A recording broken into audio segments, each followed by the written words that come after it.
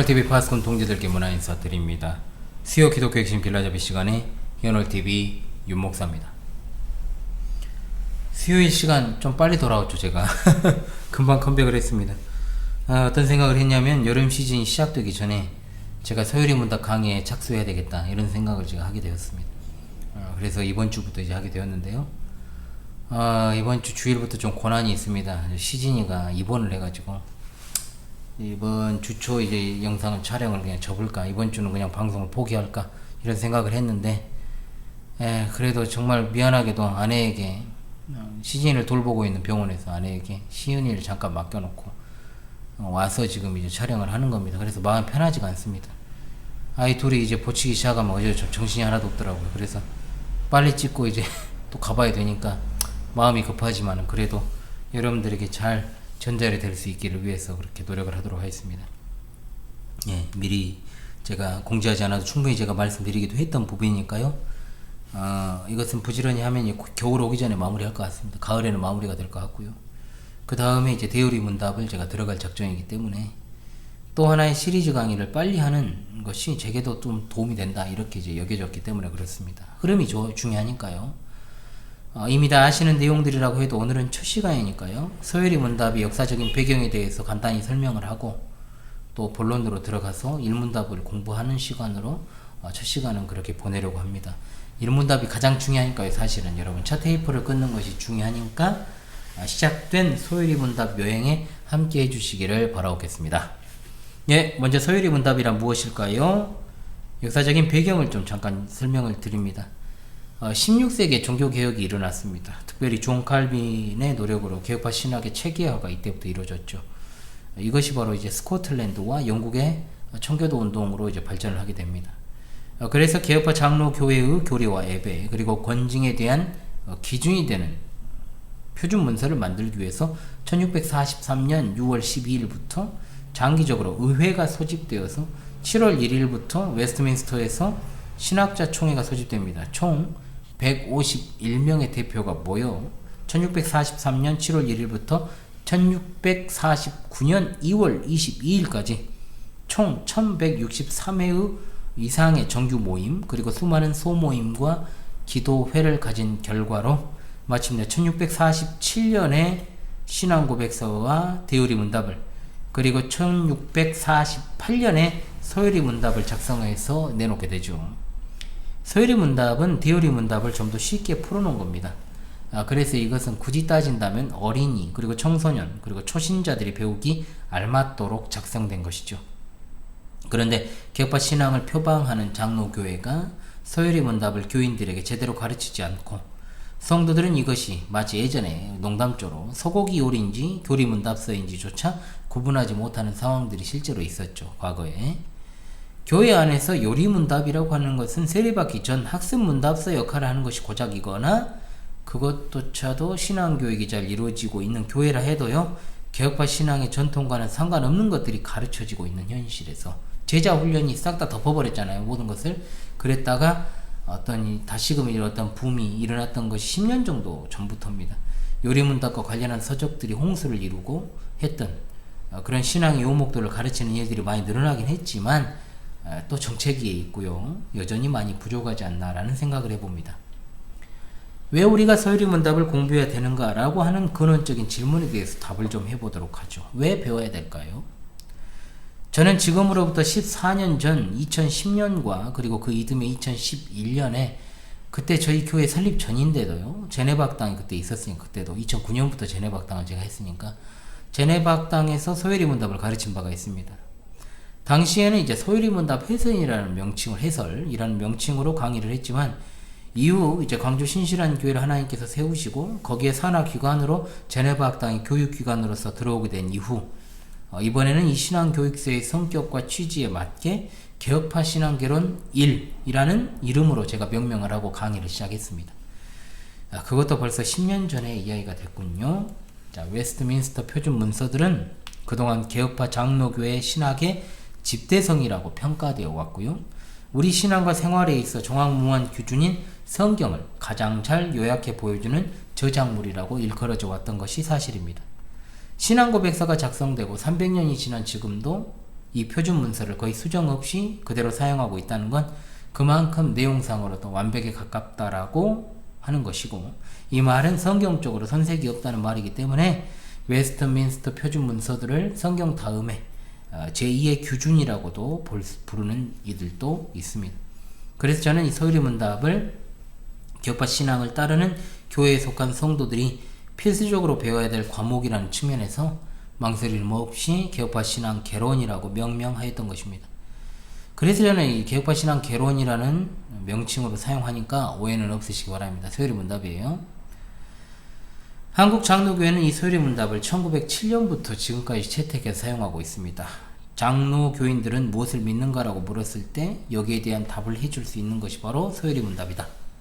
물론 이것은 개론서이기 때문에요. 이것만으로도 어떤 성경의 모든 심오한 진리를 깨닫기는 어렵습니다. 그러나 기독교 신앙의 바른 출발점이자 길잡이라는 측면에서 바른 신앙을 추구하는 신자라면 반드시 배워야 되고, 특히 장로교인이라면 더더욱 배우지 않으면 안 됩니다. 장로교에서 목사가 임직받을 때 서약하는 내용 가운데 다음과 같은 것이 있습니다. 본 장로의 신조와 웨스트민스터 신도 개요 및 대서유리 문답은 신구약 성경의 교훈한 도리를 총괄한 것으로 알고 성실한 마음으로 받아 믿고 따르겠습니까? 이 질문에 목사로 임직할 자들이 다 예하고 대답했지만 과연 모든 말씀의 사역자들이 그것을 교회에서 규준으로 삼고 양떼들에게 먹이는 일에 힘쓰고 있을까요? 자, 이걸 물었을 때는 물음표가 붙습니다. 하나님과 공중 앞에서 서약한 장로교회 목사들이 이를 양떼들에게 가르치지 않는 것은 직무유기요 위증죄를 동시에 범한 셈입니다. 목사가 되고 나서 짓는 죄들 중에 가장 악질적인 죄가 위증죄와 직무유기 아니겠습니까, 여러분? 진짜 심각한 거죠. 자, 서유리 문답의 구성을 보도록 하죠. 서유리 문답은 크게 두 부분으로 나눌 수 있습니다. 1부와 2부로 나누게 되는데 1부는 제1문답에서 38문답까지, 즉 신앙의 내용입니다. 즉 교리적인 문제를 다루고 있고, 39문답에서 마지막 107문답은 주로 실천적인 문제, 즉 그리스도인의 신앙생활과 그 의무와 책임의 문제를 다룹니다. 제2부를 세분화한다면 가장 먼저 십계명이 나오고, 그 다음에 죄와 보응에 관해서, 은혜 방편에 관해서, 성령님에 관해서, 그리고 주님이 가르쳐주신 기도로 마무리되는 내용입니다. 우리가 철저하게 성경에 기초한 개혁파 신앙의 결론서인 웨스트민스터 서유리 문답을 체계적으로 공부해서 올바른 개혁파 정통 신앙을 세워나가야 되는 것이 맞고요. 우리 신앙의 정체성을 다시 확인하고 바르게 하나님 섬기고 또 이웃들을 섬기고 다음 세대들에게 바른 신앙의 유산을 물려주는 하나님의 신실한 일꾼들이 다 되어야 될 줄로 믿습니다. 아멘. 제가 한 번씩 킥킥대는 거는요, 담배 냄새가 나가지고 그렇습니다.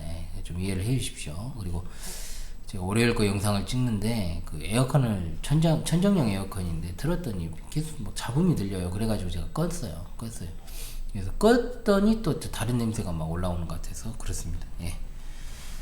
이제 그렇다면 사람의 제일 되는 목적을 보도록 하죠. 제1문답입니다. 이거 제1문답 모르는 사람은 거의 없는데요. 그것의 의미 또한 제대로 알고 있는지를 한번 다시금 확인할 수 있기를 바랍니다. 제1문은 사람의 제일 되는 목적은 무엇입니까? 라고 묻고 있습니다. 답은 이렇습니다. 사람의 제일 되는 목적은 하나님을 영화롭게 하고 영원토록 그를 즐거워하는 것입니다.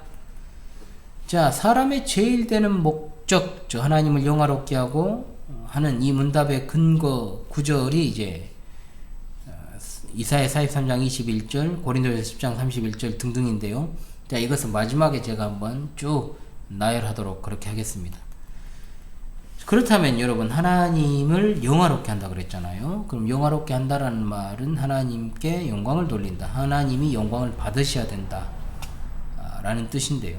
왜 그러면 하나님이 영광을 받으셔야 되는가 라고 했을 때 서유리 문답의 가장 첫 번째 문답, 인간 존재의 목적이 뭐냐는 거예요. 이게 존재의 목적이죠. 여기에 관한 문제를 다루고 있습니다. 우리가 우스갯소리로 너 왜 사냐 이런 말을 하잖아요. 이렇게 묻지만 너 왜 사냐고 했을 때 여기에 정확하게 명확하게 답을 할 수 있는 사람은 흔하지 않습니다. 실제로 적어도 서유리 문답의 전제가 되는 이 1문답을 공부하기 전이라면 이 세상에 존재하는 모든 것이 다 존재의 이유가 있지요. 그런데 하물며 하나님께서 직접적으로 지으신 하나님의 형상대로 창조하신 인간에게 어찌 존재의 이유가 없겠습니까? 나는 어떤 존재의 의의를 가지고 살아가는가, 또는 나는 어떤 존재의 목적을 가지고 살아가는가, 또한 내가 가진 목적이 과연 하나님 앞에서 바른 것인가, 이걸 갖다가 우리가 이 서열의 문답 첫 번째 시간을 통해서 묻고 답하지 않으면 안 됩니다. 이것은 분명 서열의 문답의 전제가 되는 동시에 우리 인생의 전제가 되기 때문에 그렇습니다. 사실요, 종교적인 이유를 떠나서 인생들이 아무런 어떤 목적 없이 사는 것보다 스스로가 세운 꿈을 향해 달려가는 것, 가치 있는 일입니다. 분명합니다. 하지만 사람은 지음받은 원래의 목적이 분명히 있다는 거죠. 그것은 바로 하나님께서 각 사람에게 주신 목적을 이루고 사는 것. 인생의 목적은 뭐냐? 바로 일문답과도 같이 하나님을 영화롭게 하고 그를 영원토록 즐거워하는 것입니다. 중요한 1차적 핵심 목적을 알았으니 어떻게 인생을 꾸려나가야 할 것인가가 결코 아니에요. 왜 하나님은 영화롭게 되셔야 하는지, 즉 왜 영광을 받으셔야 하는 것이며 사람은 왜 영원토록 그를 즐거워해야 하는 것인지를 거기에 대해서 답을 얻는 것이 가장 우선이다, 이 말입니다. 자, 그렇다면 왜 그러냐? 첫 번째, 오직 성경에 기록된 하나님만이 참 살아계신 하나님이시기 때문입니다. 아멘. 우리가 기도하거나 습관적으로 하나님을 부를 때 이렇게 말하죠. 살아계신 하나님, 살아계신 하나님.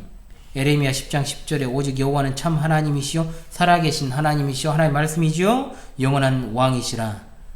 그 뜻이 뭡니까, 여러분? 우리 인간들의 생각과도 같이 그저 숨을 쉬고 있는 존재를 가리키는 게 아니에요. 오직 우주에는 단 한 분의 신 하나님만이 계시고 나머지 모든 우상이라 불리는 것들은 헛된 것들이다. 즉 원래 존재하지 않았던 것들임을 여기에서 내포하고 있는 겁니다. 이런 어떤 인격을 가지신 하나님께서, 살아계신 하나님께서 자신께서 창조하신 모든 세계와 역사 가운데 마땅히 자신의 작품들을 통해서 영광을 받으시기 원한다? 너무나도 합당한 것이다 라고 할 수 있는 겁니다. 이사야 42장 8절 말씀, 나는 여호와니 이는 내 이름이라. 나는 내 영광을 다른 자에게 내 찬송을 우상에게 주지 아니하리라. 아멘, 할렐루야. 두 번째입니다. 오직 하나님만이 우리의 참된 창조자이시기 때문입니다. 자, 하나님께서 영광을 받으셔야 될 두 번째 이유가 나오죠. 오직 하나님만이 온천하 만물을 지으신 진정한 창조주시니까. 요한계시록 4장 11절 말씀, 우리 주 하나님이여 영광과 존귀와 권능을 받으시는 것이 합당하오니 주께서 만물을 지으신지라. 만물이 주의 뜻대로 있었고 또 지으심을 받았나이다. 하나님 때문에 우리가 존재하게 되었기 때문에 그분께서 중심이 되시고 또한 영광을 받으셔야 되는 것이 당연합니다. 이와 동일하게 시편 100편 3절에도 그는 우리를 지으시니요 우리는 그의 것이니 그의 백성이요 그의 기르시는 양이로다. 그런데 우리가 이런 사실들을 가끔 가다가 망각할 때가 있습니다. 진화론적 사고방식, 그리고 여러가지 인본주의적 가치관의 범람, 세속화된 교회의 어떤 모습들, 하나님께서 나의 유일하고 참된 창조주이심을 시시때때로 잊어버리죠. 대한민국 뿐만 아니라 공교의 기관에서는 참으로 진화론적 사고방식에 의해 자녀들을 가르치잖아요. 하지만 성경은요, 우리가 비로소 그로 말미암아 존재하고 또한 그가 명령하심으로 지음받았다라고 하는 사실을 정확하게 말씀하고 있습니다. 로마서 11장 36절 말씀, 이는 만물이 주에게서 나오고 주로 말미암고 주에게로 돌아감이라. 그에게 영광이 세세 있을지어다. 아멘. 이것보다 더 멋지고 훌륭하게 하나님의 창조주 되심을 나타내는 말은 없습니다. 그리고 세 번째, 오직 하나님만이 참된 우리의 구원자이시기 때문입니다. 아멘. 우리를 창조하신 하나님께서는 우리의 또한 구원자가 되십니다. 우리의 창조자 구원자이신 성삼일체 하나님께 예배하겠습니다. 이것이 첫 서도 아닙니까? 예배할 때 구원이라고 하면 신자들은 1차적으로 죄와 허물로부터 죽은 우리를 살리신 그리스도의 십자가의 보혈을 떠올립니다만, 사실 구원이라 하면 우리를 창조하신 하나님께서 모든 고통과 환난 가운데서 우리를 보호하신다는 사실까지도 다 포함이 되나 너무나도 포괄적인 것임을 우리가 기억해야 됩니다. 요한복음 17장 3절 말씀, 영생은 곧 유일하신 참 하나님과 그가 보내신 자 예수 그리스도를 아는 것이니라. 여기서 영생이라고 하는 것이 시간을 갖다가 길게 늘어 빼는 식의 어떤 기간을 갖다가 의미하는 것이 아니고 하나님 나라 천국과 낙원과 동의어로 쓰인 것이죠. 여러분, 하나님의 인도와 보호를 받는 통치를 지금 현재 받고 내가 살아가고 있는 것을 의미하는 것으로 구원이라고 하는 것이 내세에 국한된 것이 아님을 분명하게 하고 있습니다. 이사야 43장 11절 말씀, 나 곧 나는 여호와라 나 외에는 구원자가 없느니라고 분명하게 말씀하시고, 시편 50편 15절 말씀에 환난 날에 나를 부르라. 내가 너를 건지리니 내가 나를 영화롭게 하리로다. 디모데후서 4장 18절 말씀. 주께서 나를 모든 악한 일에서 건져내시고 또 그의 천국에 들어가도록 구원하시리니 그에게 영광이 세세 무궁토록 있을지어다. 아멘. 얼마나 여러분 구구절절 하나님께서 영광 받으셔야 하는 이유를 정확하게 우리에게 설명하는지요. 그러므로 하박국 선지자의 고백, 이것은 분명 우리의 고백이고 나의 고백이 되어야 되는 겁니다. 나는 여호와로 말미암아 즐거워하며 나의 구원의 하나님으로 말미암아 기뻐하리로다. 아멘. 이 부분에 또 나중에 나옵니다. 자, 그렇다면 여러분, 하나님을 영화롭게 한다는 것이 무엇일까요? 사실은 여기에 대한 답을 갖다가 내지 못하는 이들이 굉장히 많습니다. 일단은 오해부터 풀고 가죠. 이 말은 오해 소지가 다분합니다. 즉 하나님을 우리가 영화롭게 영광스럽게 만든다는 뜻 아닙니다. 아니에요. 하나님께서는 그 자체로 창조주십니다. 스스로 계십니다. 우리의 구원자가 되시는 분이십니다. 따라서 영원 불변하시며 완전하신 하나님께서는 우리의 도움을 필요로 하시지 않지요. 하나님은 영원 전부터 이미 충만한 거룩함과 영광 속에 거하시는 분이시기 때문에 우리가 그분을 영화롭게 만드는 것이 결코 아니라 이 말입니다. 그러면 이 말의 진정한 뜻이 뭘까요? 하나님을 우리가 영화롭게 한다는 것은 이미 존재하시는 하나님의 충만하신 영광을 우리가 가리지 않고 드러내며 나타낸다. 정확히 말하면 반영한다. 하나님께서 창조 세계를 지으신 목적, 하나님의 영광을 계시하시고 드러내고자 함이라 이 말입니다. 즉, 그 중에서도 하나님의 형상대로 지음받은 사람이 삶을 통해서 하나님의 영광을 드러내고 그러므로 인해서 하나님을 영화롭게 해야만 하는 것이죠. 이것이 바로 인간이 창조함 받은 목적이고 또한 우리를 구원하신 이유입니다. 온 피조 세계를 비롯해서 창조주 하나님의 지으심 받은 인간은 하나님의 영광을 비추는 거울이다 이 말입니다. 아멘입니다.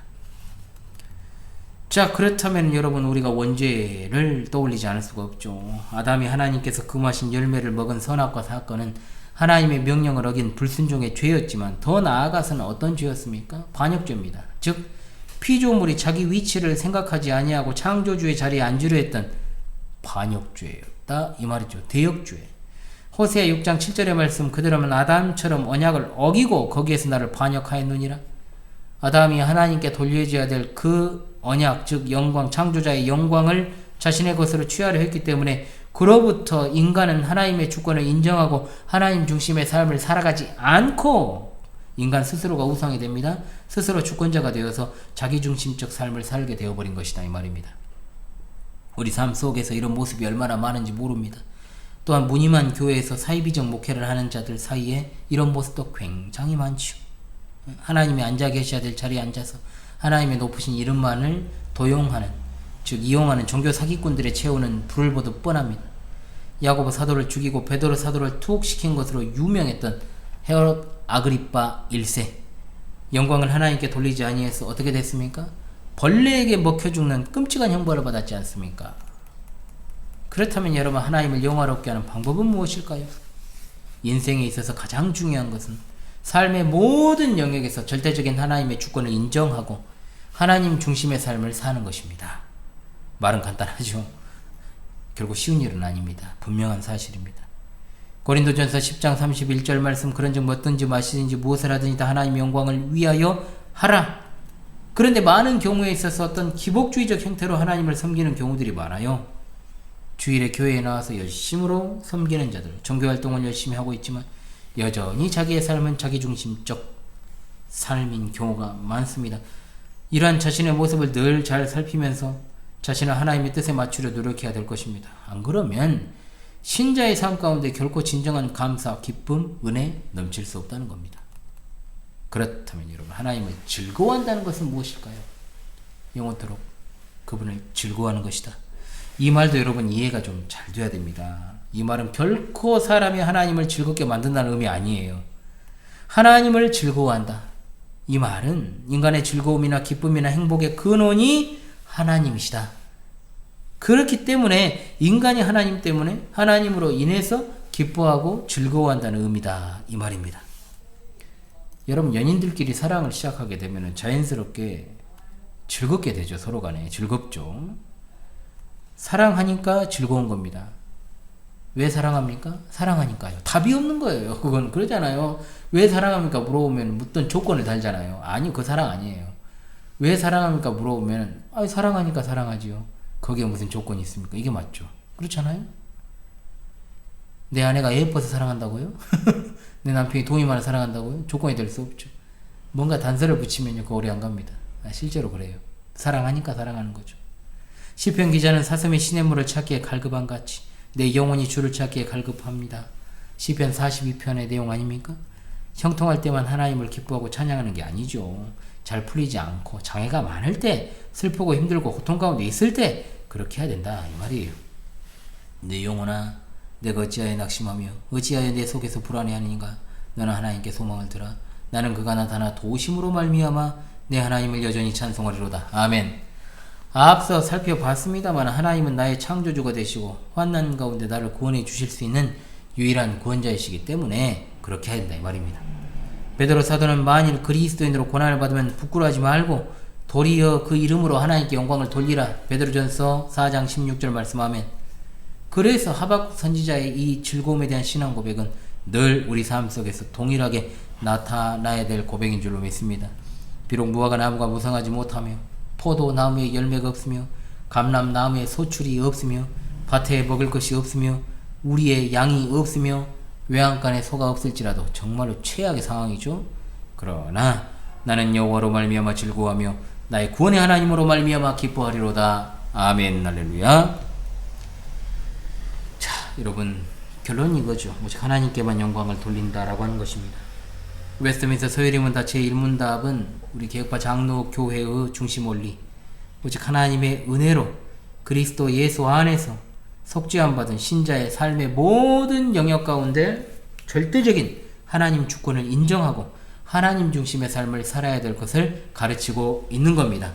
이것은 인간의 원래 모습의 회복입니다. 새로운 삶의 원리를 제시하는 게 아니에요. 시편 146편 1절로 2절입니다. 할렐루야. 내 영혼아 여호와를 찬양하라. 나의 생전의 여호와를 찬양하며 나의 평생의 내 하나님을 찬송하리로다. 아멘. 예, 여러분, 수요 기독교 핵심 길라잡이 시간 또 얼마간의 휴식을 취하지 않고 바로 또 이렇게 제가 시작을 했습니다. 여름사역 전에는 시작을 좀 해놔야, 여름사역 한창일 때는 제가 또 한두 번은 빠질 수밖에 없거든요. 그렇기 때문에 그렇게 해야지만이 겨울이 오기 전에 이 서울이 문답을 맞춰놓고 이제 대우리 문답의 대프로젝트, 장기간의 프로젝트를 또 실천을 해야 되니까 그렇습니다, 여러분. 예, 그래서 수요 기독교 핵심 길라잡이 시간이 다시금 시작되었는데요. 여러분, 많은 호응과 시청과 관심을 부탁드리고요. 솔직히 말해 하이델베르크 요리문답도 굉장히 많이 안 보셨어요. 제일 저조했습니다. 아무튼 일주일의 컨텐츠 가운데 수요일쯤 되면은 이상하게 많이 안 보셔요. 다들 공부를 많이 하셔서 그러겠죠.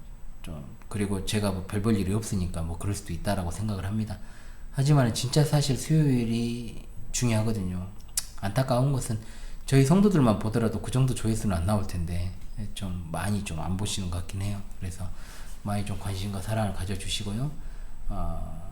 여러분들, 우리 파수꾼 동지들의 함께함이 결국은 이 채널의 전속과 유지의 원동력이 된다라고 하는 것을 여러분들에게 말씀드리면서요. 지금까지 수요 기독교 핵심 길라잡이 시간, 개혁파 신앙 개론의 현월TV 윤목사였습니다. 계속해서 이 구원의 여정에 동참해 주시길 바랍니다. 감사합니다.